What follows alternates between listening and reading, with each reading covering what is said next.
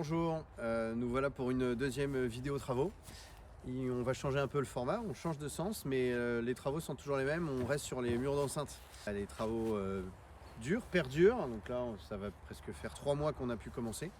Mais on tient le bon bout malgré les aléas climatiques. Alors dès qu'on fait une vidéo il fait beau, n'imaginez pas que c'est le temps récurrent sur du clair, pas du tout.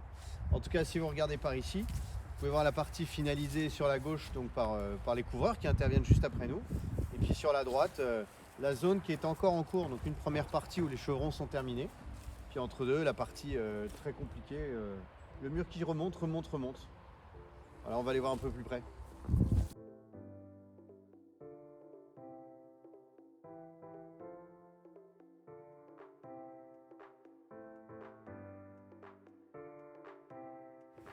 Et nous voilà en haut du mur, donc vous pouvez découvrir l'avancement des travaux. Donc de chaque côté, on remonte des murs de pierre de parement.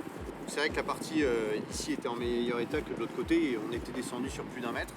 Après il y a de la pierre de remplissage, un mortier de chaux et puis là on refixe une partie de la charpente. Donc c'est ce qui va tenir ensuite les chevrons de chêne sur lesquels se reposeront la volige et ensuite l'ardoise. Donc là on s'aperçoit que sur toute une partie il n'y a plus de chevrons. Heureusement on a un modèle ancien qui va nous permettre de tendre un cordeau et pour retrouver, parce que l'idée c'est de retrouver le même niveau et que ça s'équilibre parfaitement.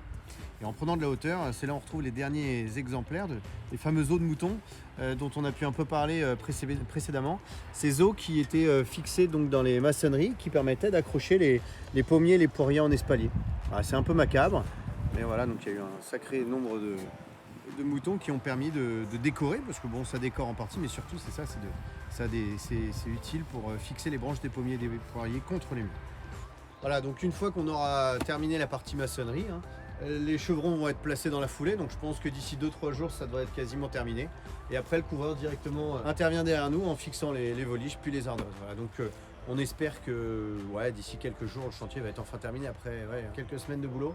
Et puis surtout que ce soit reparti pour 2-3 siècles en espérant qu'il y ait un entretien minimum fait pour pouvoir offrir un maximum de longévité au mur.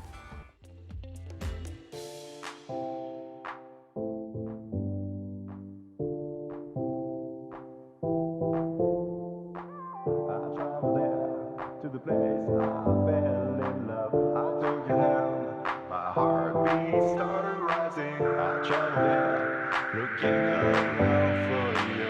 I kissed you there, along